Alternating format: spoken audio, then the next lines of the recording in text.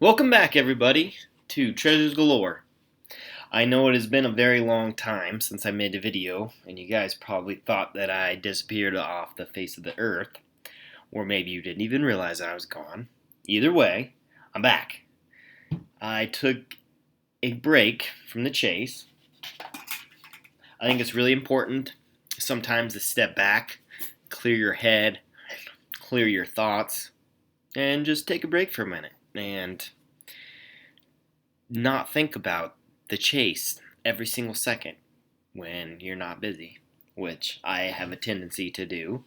Uh, I've also I had a kid, a nice healthy baby boy, so that makes 3 kids for me, which makes it a little busy. It is summertime. I run 2 different businesses, and both of them are seasonal, and so it is busy season for me. In the wintertime, I have a lot of time off, spend it with the family, have time to make videos, um, maybe even look at learning some different software or something so I can make some better videos for you guys. I'm just screen recording. I know my volume on the other videos suck. I didn't realize that there was a setting for your input audio, so I changed that. Hopefully, it's better on this screen recording. But what else? Yeah, so I took a step back, cleared my head. It was good. And then I got back in it, and then I keep trying to disprove my solve, which the more I try to disprove it, the more things that just confirm it for me. But I've been there 3 times before. I do live in Colorado, but I have only been boots on the ground 4 times. Now I could lie or try to find clues that fit near me. That way I could go out 200 times. But I'm not like that. I would rather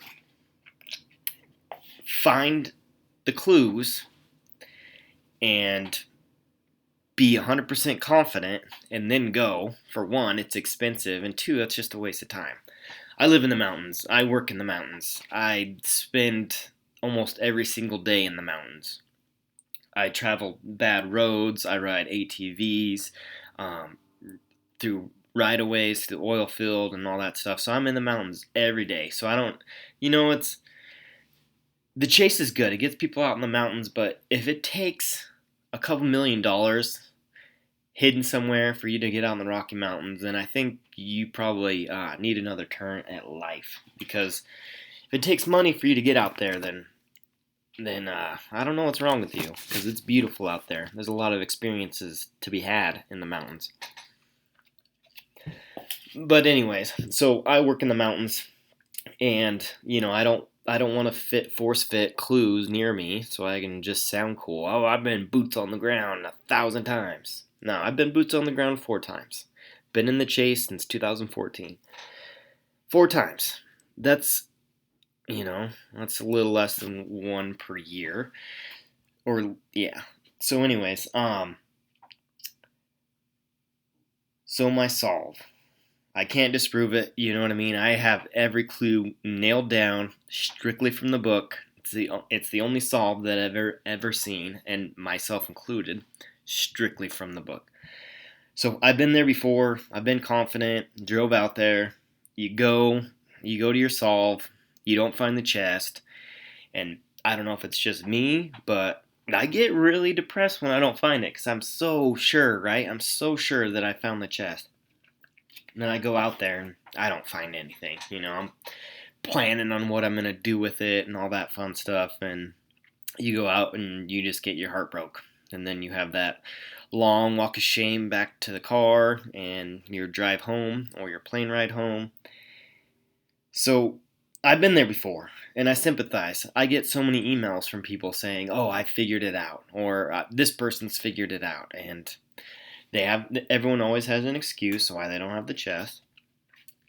And my excuse right now is that I'm going to give it one more month. One more month to try to disprove my solve before I head out there.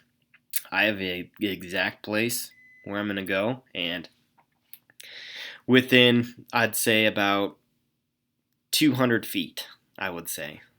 Probably less than that. So anyways, I'm going to go check it out. And I've said this before. If I don't find it, then I'm going to disclose my whole solve.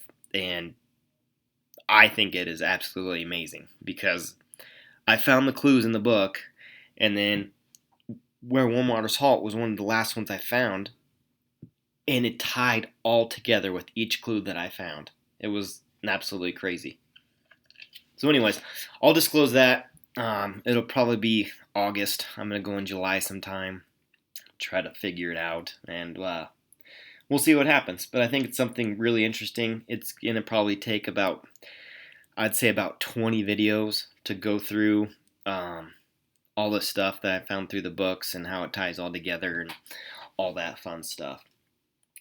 So I've also had some people saying that I should set up like a PayPal or something, and it's only a few people, and they want to support my channel. I'm not really into that. I'm not really a YouTuber or trying to monetize or do any of that stuff. For one, I make crappy videos. I mean, the volume's crappy on all of them, and I only know how to screen record. So I don't really want to do that.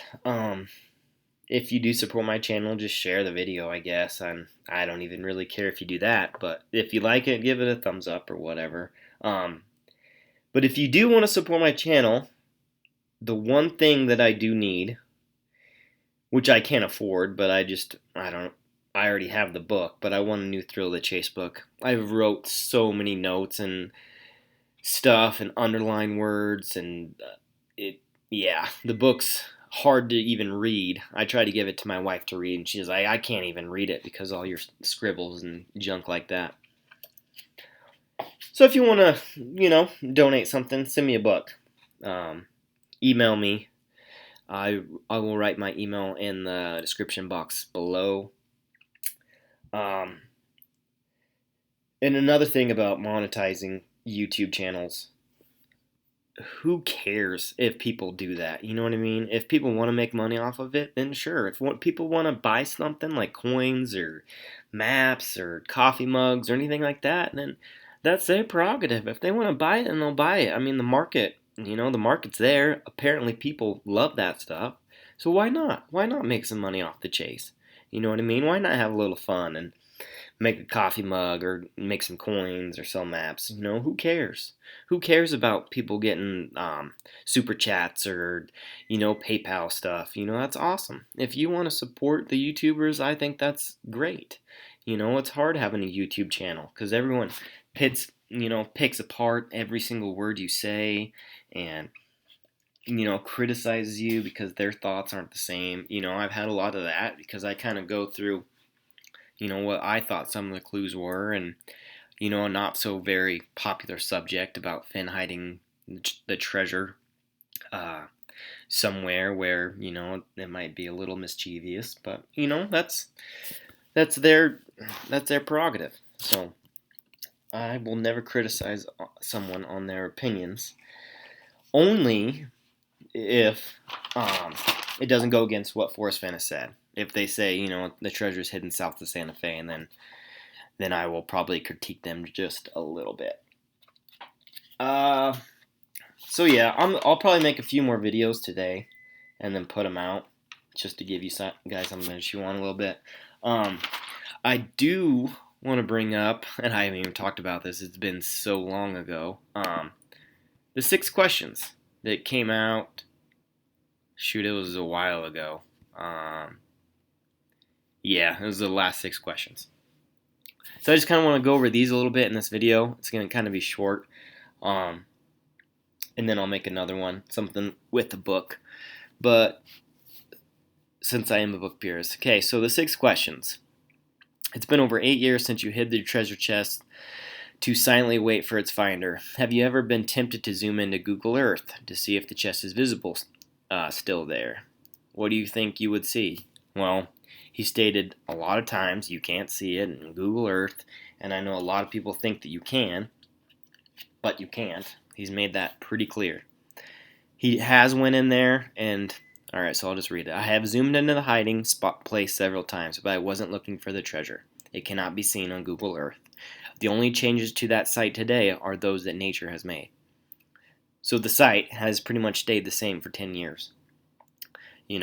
Nature might have changed some stuff, but it's been the same. So if your spot has been anywhere near the treasure chest, has changed dramatically in the last 10 years, 9 years, then I would probably find a different spot. So here's one that I really want to touch on. Are you ever fearful your spot has lost its charm? Could it? In The Thrill of the Chase, page 125, you mention how some of your most memorable spots have seen strangers cast their own hooks into them. Could strangers do that to the place where the treasure chest rests? Or do you feel your special spot will always be secure in solitude? And Forrest replies, I am almost umbilically attached to that spot, and as I approach 89 years, my desire to be there is still strong. The immediate landscape will probably remain about the same for as long as time has to go. Okay, so he's almost umbilically attached. Umbilically. Relating to or affecting the navel or umbilical cord. So, it's talking, umbilically. It's almost bringing up like he's attached to that, like a kid is attached to his mother's womb, or to the cord. So, that just makes me think that it's a place from his childhood. And another big reason why I think that is, just hear me out on this. So he says, people have asked him if they can know when he found the special spot. And he says no. That would give too big of a clue. Okay? So if he found it in his adulthood, okay, how would that give you any clue? He's said that he's went up there every year since, pretty much for his whole life. Even when he's in the military, he'd go up there. After he retired, he'd go up there. In the Cody interview, he says he goes up there about 4 times a year. So, and then he lived in New Mexico, and he had a plane, and he could fly wherever. So if he said he found it in his adulthood, how would that give you a clue? It doesn't narrow down anything. It doesn't give you a clue at all. But if he found it when he was a kid, wouldn't that eliminate some states and say most likely that it is in the Wyoming, Montana border or Montana area? Or even where he would drive as a kid, like on the route to Yellowstone? Just something to think about, because if he said it, he was a kid when he found it, then that would give you a huge clue to where it's at. And I think that he has given us clue after clue after clue that it is in Montana. And if you do not agree with that, if you think it's in New Mexico or something, or Colorado, what hints in the books do you get that it is in those states? What hints? I suggest you guys check out my video about the treasure chest that's hidden in Montana. I mean, there's countless clues and he's made it pretty clear that he loves Yellowstone. There's a chapter, In Love with Yellowstone. He has a chapter called Montana Golden. He has a chapter called Treasures Galore, where he talks about Montana. And then there's a tie between Montana Golden and Treasures Galore about the mosquitoes being bad there. He uses the same line in both of those chapters. The Thrill of the Chase cover, turned upside down. There's Montana. They represent the states. Montana has the gold coins. And here's another good one that I haven't really heard anyone say. So let's go to The Thrill of the Chase, because I am a book purist. Pretty much an everything purist. Everything's on the table. I study the poem, memorize the poem, and then I go back to the books and look for subtle hints, which he has repeatedly told us to do. So in the preface of The Thrill of the Chase, he tells us, and please don't fret too much if some of these things I say don't appeal to you.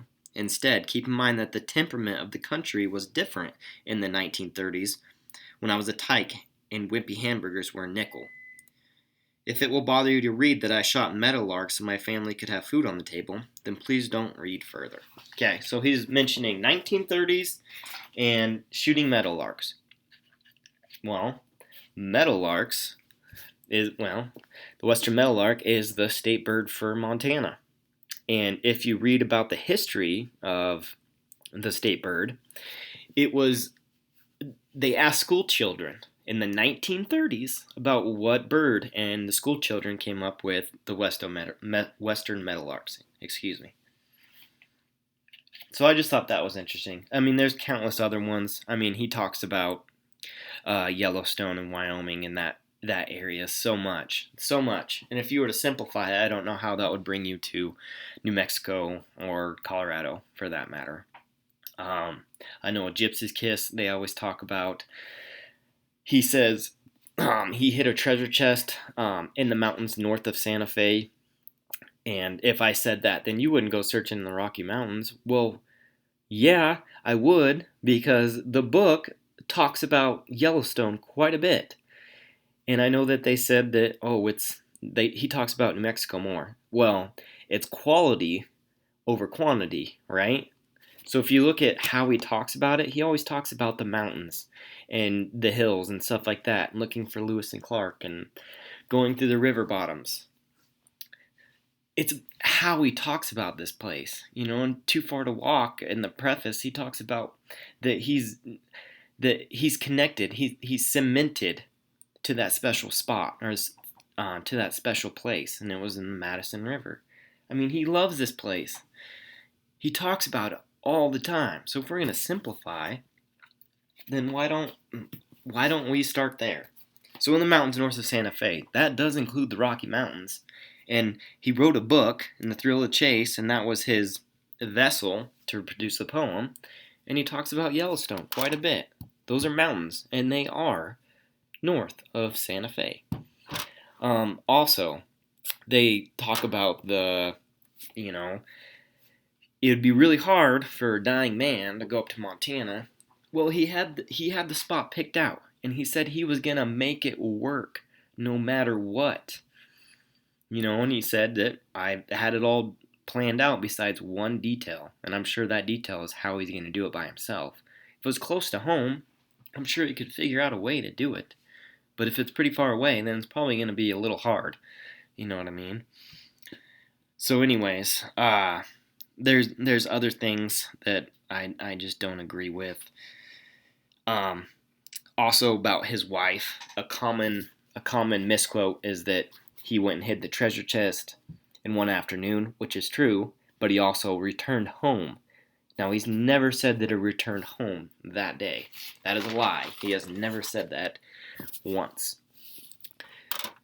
So, along with that train of thought, why does he's told us multiple times that his wife would allow him to do things and go places and stuff like that. Now, why would he reiterate that his wife would let him go, take trips, and be spontaneous? He mentions that quite a bit. So why would he do that? You know what I mean? I think he's telling us, that's how I was able to hide this chest.